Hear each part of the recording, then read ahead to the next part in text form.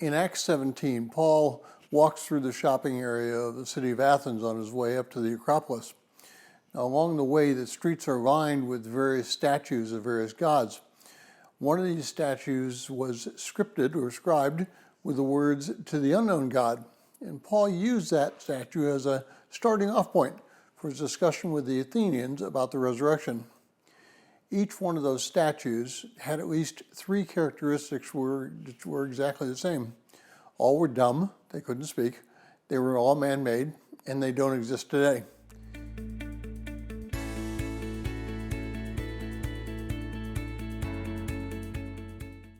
If you're joining us and reading through this 6-month reading plan through the book of Psalms, today's reading is Psalm 115, and I encourage you to read that passage.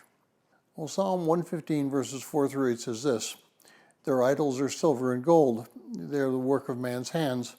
They have mouths, but they cannot speak. They have eyes, but they cannot see. They have ears, but they cannot hear. And they have noses, but they cannot smell. They have hands, but they cannot feel. They have feet, but they cannot walk. They cannot make a sound with their throat. Those who make them will become like them. Everyone who trusts in them." Now, our world today is very similar to the world of the Romans and to the Greeks.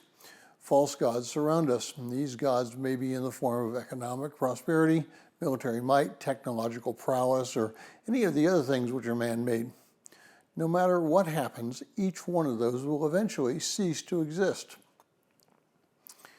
Well, as I watched our grandchildren playing their video games, my mind wandered back to my childhood. What exactly did I play with when I was a youngster? First, I had a library of my own. It was full of Hardy Boy books and landmark books and a few other nondescript items. My toys consisted of a model train set and some toy soldiers. I spent most of my time outside playing with my friends. Our grandchildren don't understand that simplicity. All those simple pleasures have gone away. Everything that is man-made goes away. It either falls into disuse, or it's overtaken by more modern technology, or just placed on the shelf and forgotten. It's like Texas weather. Give it a moment and it's going to change. Change is the problem with man-made idols. They are temporary.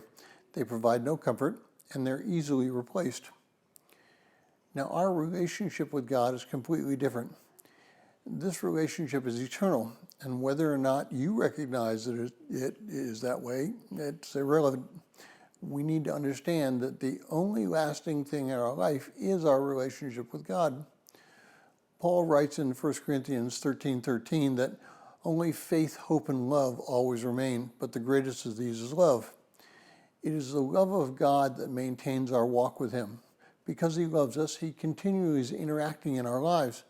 Because we know He loves us, we can have hope for the future.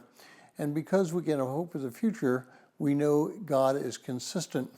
We can have faith to go through whatever we have to go through in our lives. Our man-made idols are just junk.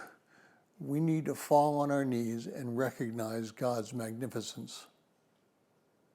If you would like a PDF copy of this entire reading plan, please send an email to phineasjacobus@runningtohim.net.